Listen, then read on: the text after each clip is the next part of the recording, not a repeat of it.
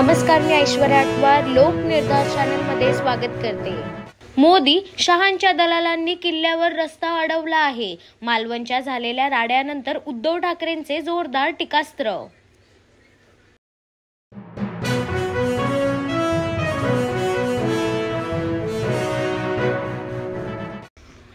ठाकरेंची भूमिका गिधाडासारखी, मालवण दौऱ्यावरून आशिष शेलारांची टीका।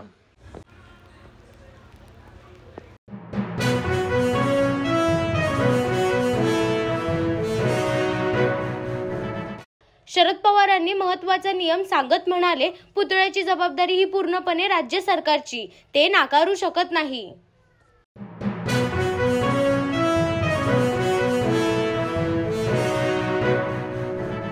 शिवाजी महाराजांचा पुतळा कोसळणे हे फार वेदनादायक। राज्य सरकारने तातडीने याची चौकशी करा, अन्यथा परिणाम भोगावे लागतील। मनोज जरांगेंचा इशारा।